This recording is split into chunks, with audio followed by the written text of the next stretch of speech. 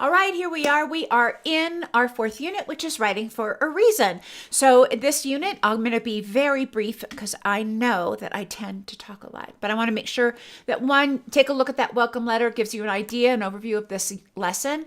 And these pages are going to look very familiar to you, but if you need to go back and check on those routines and check on how things are scheduled for time, that's there for you. Mentor text, we have some great books for voice, persuasive letters, and also word choice. So for persuasive letters, we have Click Clack Moo, Cows That Type.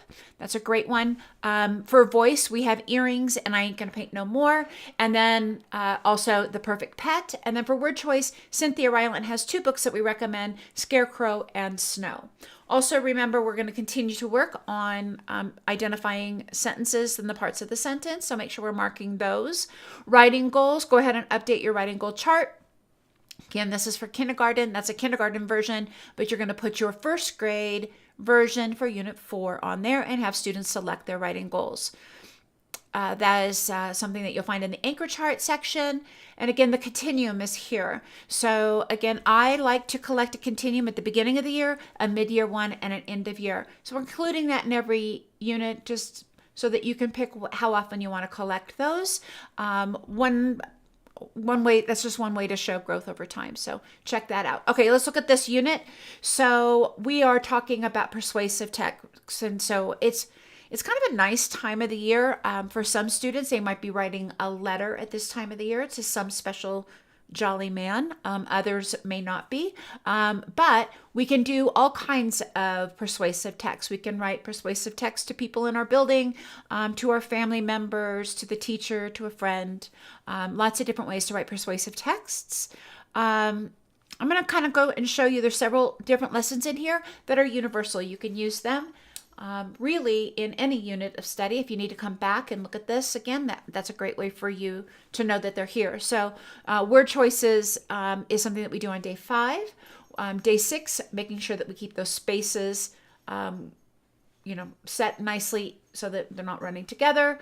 We want to also talk about where the writing goes when we're done. So that's really thinking about the audience. Who is this for?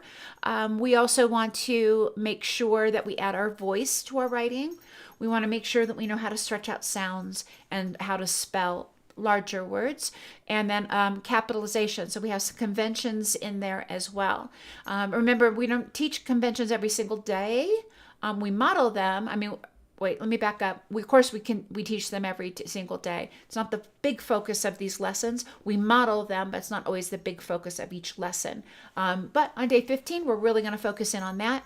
And I wanted to jump ahead to day 12. So let me just scroll on down and find day 12. There we go. So this is where we're going to tap out the sounds that we hear, right? Say the word, tap out the sounds, and then write a letter for each sound. This should mirror your core curriculum. So you should be doing this on a daily basis with dictation. And so this should not be a brand new strategy for students. However, we have an anchor chart there for you. And then that's going to segue into spelling big words. And so in first grade, this should be something that students are already familiar with, the different syllable types. Say the word, clap out the syllables, and then each syllable should have a vowel. And so that is going to be one of the lessons that we're going to focus on during this writing lesson in Unit 4.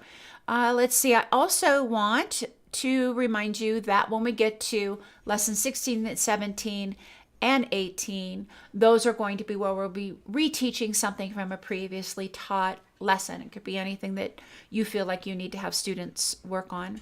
And then on day 19, we'll be selecting one piece to make it better. Again, it doesn't have to be perfect, just has to be better. And now we have a student checklist. So students can go through and check off to make sure that they have hit all of those conventions, right? And then, of course, the celebration. So that is Unit 4. Hopefully you have a great month.